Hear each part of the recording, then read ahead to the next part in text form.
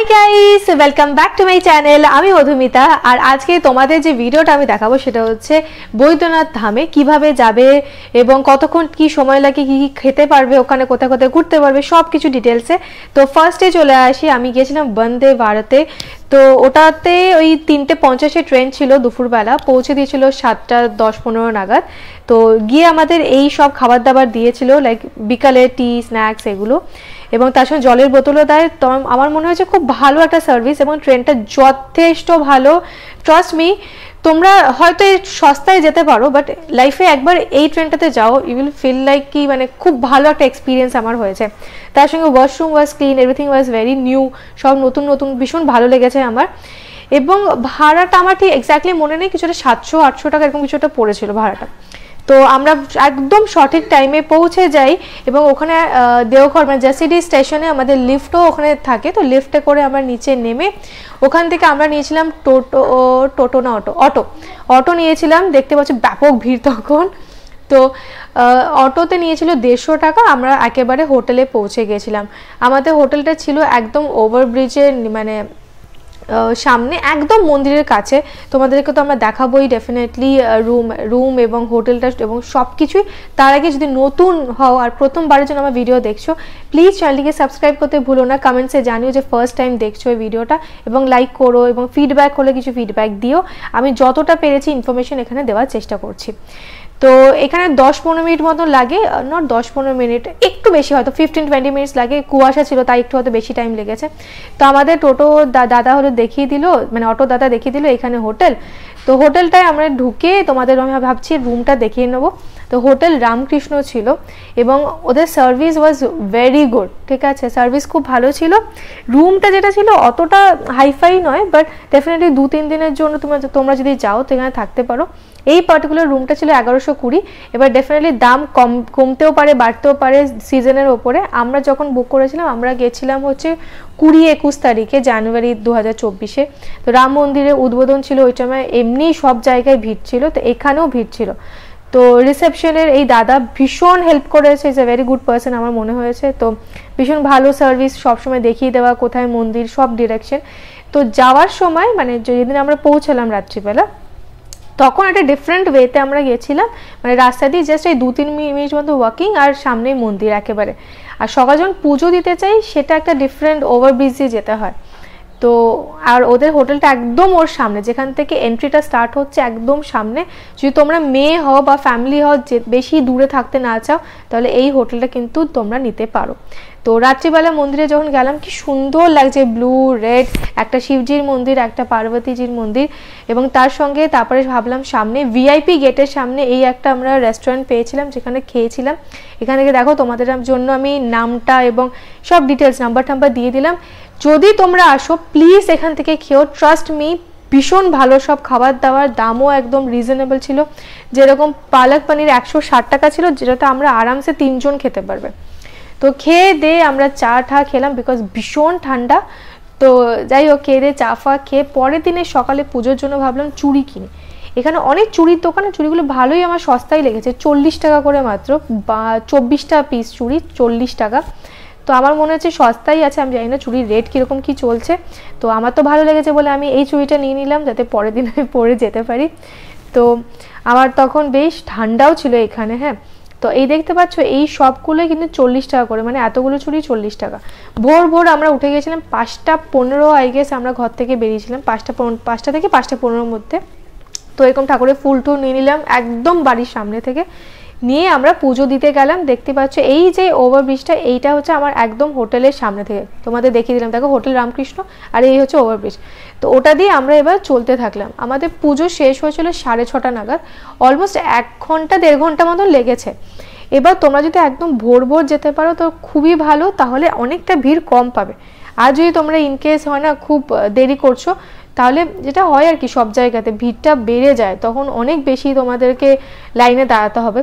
এরকম না নয় যে আমরা লাইনে দাঁড়াইনি, আমরা প্রচুর ধাক্কা খেয়েছি, ট্রাস্ট মি, প্রচুর ধাক্কা খেয়েছি। বাট এই জায়গাটা ফাঁকা ছিল। আস্তে আস্তে যখন আমরা গেলাম তো ওইখানে প্রচুর ভিড় হয়ে গেছিলো, এবং মেন ঠাকুরের সামনে তো ভিড়, আমি জানি না যারা পরে আসে তারা কিভাবে দেয় মানে দর্শন করে, বিকজ আমরা তো এই ভিড়েই ধাক্কা ফাক্কা খেয়ে মানে লিটারালি মানে প্রচণ্ড ইয়ে হয়েছিল।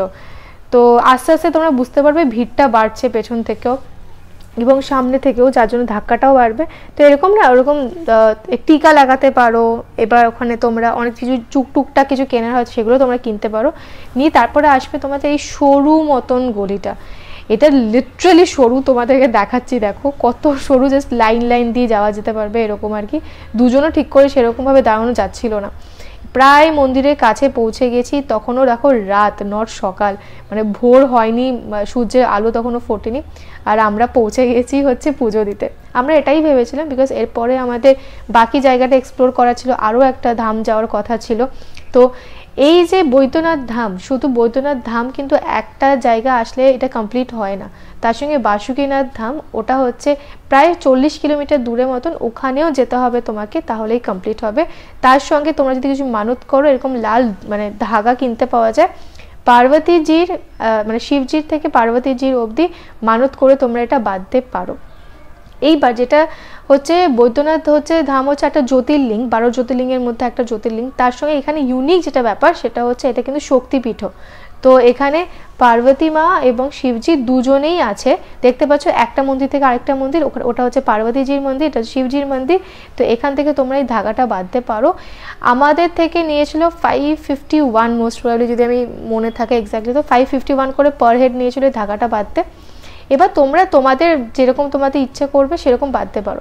এবার অনেকেই বলতে পারো কেন এত টাকা, বিকজ পুরো মন্দিরটার উপরে দুজন লোক উঠবে, ইয়ে করবে, এবং তার সঙ্গে এই জন্য এই টাকাটা নেয় ওরা, বিকজ অনেকটা উঠতে হয়। দেখতে পাচ্ছ পুরো দড়িটা টেনে টেনে আমি নিয়ে এসে তারপরে হচ্ছে বাঁধা হচ্ছে। একটা লোক দেখো একদম ওপরে উঠেছে, তো উনি দড়িটাকে তারপরে বেঁধে দেয় আর কি ওপরে মন্দিরের সঙ্গে। তো এটা বিশ্বাস করে সবাই যে এখানে আমরা যেরকম মন্দিরে যেমন ধাগাটা দিলাম, তো আমরা একটা কেস ফাইল করলাম, হ্যাঁ সেরকমই একটা কেস ফাইল করার পরে তোমাদের আরেক জায়গায় যেতে হবে, ওই কোর্টে যায়, রাইট? কোর্টে হচ্ছে জাজ, যে মহাদেব যে জাজ, ওইটা হচ্ছে তোমার বাসুকীনাথ। ওই মন্দিরটাও তোমাদেরকে আমি দেখাবো, ততক্ষণে আমি বিধ্বস্ত ধাক্কা ঠাক্কা খেয়ে। তো সামনেই শুনলাম শিবগঙ্গা একটা ঝিল আছে, তো ওখানে সবাই স্নান টান করে পুজো দিতে আসে জেনারেলি। তো ভাবলাম একবার দেখেও আসি ঝিলটা। তো দেখে নিলাম সকাল সকাল, তখন সূর্যের আলো ফুটেছে, অনেকে স্নান টান করছে। তো স্নান করার ভিডিও তো আমি এমনিও নেই না, তো আমার মনে হয় না ওরকম লোকে স্নান করার ভিডিও আমার নিয়ে কোনো লাভ আছে। তো আমি জাস্ট যতটা পেরেছি ওখানে মানে বাদ দিয়ে করেছি।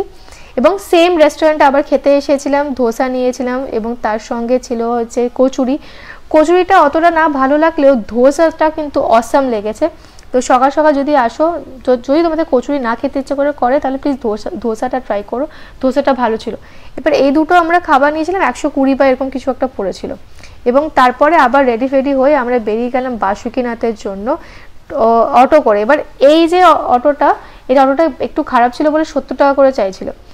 তো মানে সিটটা প্রচণ্ড খারাপ ছিল, তো আর 1-1.5 ঘন্টার রাস্তা, অনেকটা ব্যাপারটা জার্কিং হতো, তো ওটা পসিবল নয় বলে আমরা সঙ্গে সঙ্গে অটোটাকে চেঞ্জ করে নিলাম। এবার যেই অটো চেঞ্জ করতে গেলাম দেখলাম 100 টাকা করে চাইছে।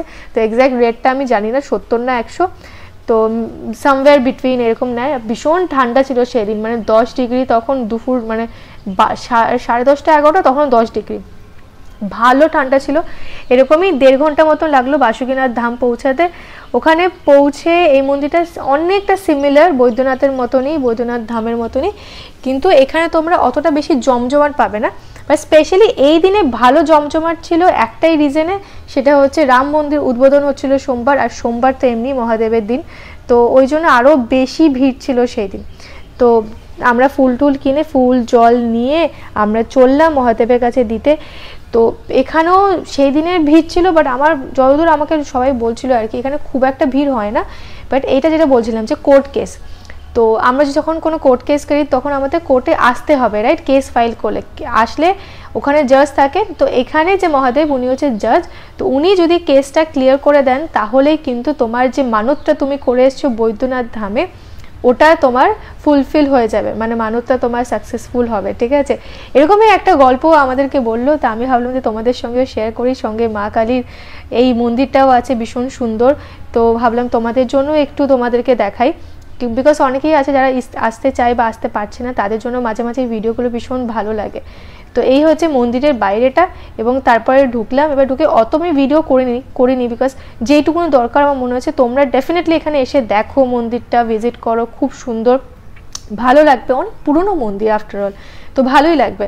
তো এখানেও কিন্তু মা পার্বতী আর শিবজি আছে, দেখতে পাচ্ছ এই ধাগাগুলো। এখানে একটু দেখলাম ধাগাগুলো একটু মোটা মোটা করে করা আছে, আর ওখানে যে ধাগাগুলো এগুলো সরু ছিল।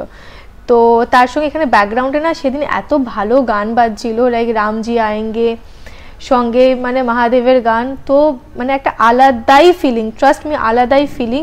কখনো পুজোর দিনে এরকম গেলে কি ভালো লাগে বলো।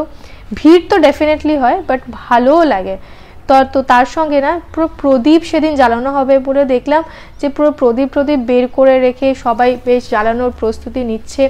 তো ওর আর গান বাজছে, লোক আছে এত, মানে আলাদা environment. I really loved it, মানে আমার ভালো লেগেছে, বেশ সুন্দর লেগেছে। তার সঙ্গে পুজোর মানে ঠাকুরের সঙ্গে দেখা করে, মহাদেবের সঙ্গে দেখা করে, এখানে নন্দীকে তো কানে কানে বলতেই হয় তুমি কি চাও, তাই না বলো। তো তারপরে বাকি এখানে আরও মন্দির আছে, সেই মন্দিরগুলো আমরা দর্শন করে নিলাম। আমি আর আমার একটা ফ্রেন্ড গিয়েছিলাম, তো আমরা দুজন মিলেই ঘুরেছি স্পেশালি। আর এরকম অনেক ছোটোখাটো দেখলাম পুজোও হচ্ছে, এরকম বসে বসে, এক্স্যাক্টলি জানি না কি পুজো ওগুলো, বাট দেখলাম পুজো হচ্ছে। এখানে দুর্গা মন্দির আছে, আরও ছোট ছোট অনেক মন্দির, আর সব মূর্তিগুলো কিন্তু যথেষ্ট পুরনো। আর এই যে দেখো প্রদীপের প্রস্তুতি চলছে, লাইক প্রিপারেশন হচ্ছে পুরো, রাত্রিবেলা জ্বালাবে বলে। আর তার সঙ্গে হচ্ছে যে এখানে মন্দিরটা তোমাদেরকে আরও একবার ভালো করে দেখিয়ে দিচ্ছি। এবং মন্দিরটা ঘোরার পরে আমরা একটু লাঞ্চ করে নিয়েছিলাম সামনে একটা দোকান থেকে। ফুড ওয়াজ ওকে, মানে খিদে পেলে খেতে হবে এরকম ব্যাপার আর কি, অতটা ভালো না অতটা খারাপও নয়। খুব একটা টাকা 50-60 টাকা করে প্লেট ছিল মোস্ট প্রবাবলি। একটু আগিয়ে গেলে তোমরা এরকম অনেক দোকান পাবে যেখানে তোমরা কিছু টুকটাক কিনতে পারো। আমি কিছু কিনিনি বিকজ আমার সেরকম কিছু দরকার ছিল না। আমি স্পেশালি মন্দিরের ঠাকুরের দর্শনই করতে গেছিলাম, মানে মহাদেবের সঙ্গে দেখা করতে গেছিলাম। তারপরে গেছিলাম ত্রিকুট পর্বত, এটাও একটা পুরনো মন্দির। এইখানে না আমি রোপওয়েতে গেছিলাম আগে লাস্ট টাইম, কিন্তু এইবার আর যাইনি বিকজ অনেকটা উঠতে হতো আর আমি ভীষণ টায়ার্ড ছিলাম। তো এর মাঝে আমার এক ভাই হর্ষিত, ওখানেই বাড়ি ওর, ও চলে এসেছিলো গাড়ি নিয়ে, ও দাদা ফাদা সবাইকে নিয়ে। তো আমরা ভীষণ এনজয় করেছিলাম। তারপর চলে গেছিলাম তপোবন। ও বললো তপোবন একটা জায়গা আছে, এটা কিন্তু আমার একটু আইডিয়া ছিল না। তো তপোবনে গেলাম, এই সুন্দর জায়গাটা, যদি তোমরা কখনো দেওঘরে আসো প্লিজ এখানে এসো, জায়গাটা ভীষণ সুন্দর। এখানেও মন্দির আছে, মোস্টলি হনুমানজির, আমাকে বলছিল অনেকটা গুহা দিয়ে ঢুকতে হবে। তো আর আমরা এতটাই টায়ার্ড ছিলাম যে আমরা আর ঢুকিনি, আমরা ওপরে অবধি গিয়ে জাস্ট এই সানসেটের ভিউটা এত ভালো লাগছিল, এত এনজয় করেছি আমরা। দেখবে হনুমানের ওখানে আছে, অনেক হনুমান আছে, হ্যাঁ দেখো কি কাণ্ড, পুরো এরকম ওরকম, মানে ওখানে লাইক এটা প্রফেশনাল আর কি। তুমি যদি খাবার দাও তাহলে তোমার উঠবে, নিয়ে এরকম ফটো তোমরা তুলতে পারো। আমার তো খুব ভয় লাগে, বাট একটা দাদা ভিডিও করে দিল, হর্ষিতের যে দাদা আর কি, দাদাই ভিডিও করে দিল। তারপরে আমাদেরকে বাড়িতে পৌঁছে দেওয়া হলো। এবার ভিআইপি চক বলে একটা জায়গা আছে, ওরা ওখানে আমাদের এনে দারুণ আমরা ঘুরেছি সেদিন। তো লাইট বাজি, মানে সব জায়গায় গান, কি অনুষ্ঠান হচ্ছে। আর ভিআইপি চক হচ্ছে একটা বাজার ওখানকার, তো ওখানে দারুণ খাবার পাওয়া যায়। তোমরা যদি কখনো আসো সুন্দর খাবার দাবার খেতে পারো। দেখতে পাচ্ছ হয়তো দেওঘরে এর মানে অন্য সময় গেলে হয়তো এতটা কি বলে সুন্দর দেখতে, মানে হয় না দিওয়ালি ফিলটা পাবে না। বাট আমরা যেহেতু ওই উদ্বোধনের দিন গেছি, ইনগ্রেশনের দিনে রাম মন্দিরে, তো ওখানে সুন্দর মানে সব জায়গাতে মনে সাজিয়েছিল, তো এখানেও সাজিয়েছিল, রাস্তায় এরকম প্রদীপ, মানে দারুণ লেগেছে ট্রাস্ট মি। মানে আলাদাই একটা ফিলিং, অ্যাডেড একটা মানে বোনাস পাচ্ছিলাম, এরকম একটা ফিলিং আসছিল। তো আশা করি তোমাদের এই ভিডিওটা ভালো লাগছে, আমি যতটা পেরেছি ইনফরমেশন দিয়েছি তোমাদেরকে। তো প্লিজ জানিও কিন্তু কমেন্ট সেকশনে, সাবস্ক্রাইব করতে ভুলো না চ্যানেলটিকে। এবং আবার বলেও কিন্তু যে আবার নেক্সট তোমরা কি মানে ইনফরমেশন চাও, যদি ইনকেস হোটেলের নাম্বার চাও কিংবা কিভাবে যাবে কোনো মানে কনফিউশন হয়, তো আমাকে তোমরা কন্ট্যাক্ট করতে পারো লাইফ অফ মধুমিতা ফেসবুক বা ইনস্টাগ্রামে, আর ডেসক্রিপশন বক্সে লিঙ্ক দেওয়া আছে, বা এমনিও তোমরা লাইফ অফ মধুমিতা করে সার্চ করবে ফেসবুক বা ইনস্টাগ্রামে, আমাকে দেখবে পেয়ে যাবে। তো ওখানে তোমরা আমাকে জিজ্ঞেস করতে পারো, কমেন্টসেও জিজ্ঞেস করতে পারো, যেখানে তোমাদের মানে কমফোর্টেবল মনে হচ্ছে জিজ্ঞেস করতে পারো।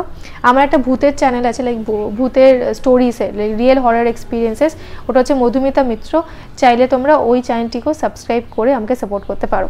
তো তো দেখতে পাচ্ছ বিরাট ভিড়, প্রসাদ টোসাদ ডিস্ট্রিবিউট হচ্ছে, তার সঙ্গে আমরা এন্ড করেছিলাম পান খেয়ে। পানটাও দারুণ লাগছিলো, ভাবলাম একটা মিষ্টি পান খাওয়া যায়। তো খেয়ে দিয়ে পরের দিন সকালে ঘুম থেকে উঠে রিটার্নের টাইম, একটু তো কষ্ট হয় কিন্তু প্রচণ্ড ঠান্ডা ছিল, তাই কষ্টটা থেকে বেশি ঠান্ডাটা বেশি লাগছিল। জার্সিডি স্টেশনে এসে আমরা নিয়েছিলাম আবার বন্দে ভারত। এই সময়টাতে একটু বেশি টাকা নিয়েছিল, 1000 বা 1100 সামথিং, বাট ট্রাস্ট মি খাবারের কোয়ালিটি যেটা দিয়েছে টাকার সঙ্গে কিছুই নয়। মানে ভাত, ডাল, তোমার পনির, মিষ্টি, সবজি একটা ভাজা আর কি, দই, মানে প্রচণ্ড খাওয়া দাওয়া। এবার এদের ওয়েটিং রুমটা তোমাদেরকে ভাবলাম দেখিয়ে দিই, দেখে নাও। ওয়েটিং রুমটাও ভালো ক্লিন ছিল। গিয়েই কফি দিয়েছিল এবং বিস্কিট আর জল দিয়েছিল, তারপরে তো লাঞ্চ ছিলই। খাবার দাবারও বন্দে ভারতে ইজ লাইক এক্সিলেন্ট। আমি জানি না লোকজন কেন বলে, যে অনেকেই শুনেছি বলে ভালো না, খারাপ খাবার দিয়েছে। আমার এটা মনে হয়নি। এই মানে পাটনার থেকে যে হাওড়া ট্রেনটা, এই বন্দে ভারতটা মানে দারুণ খাবার দাবারের service, I really loved it.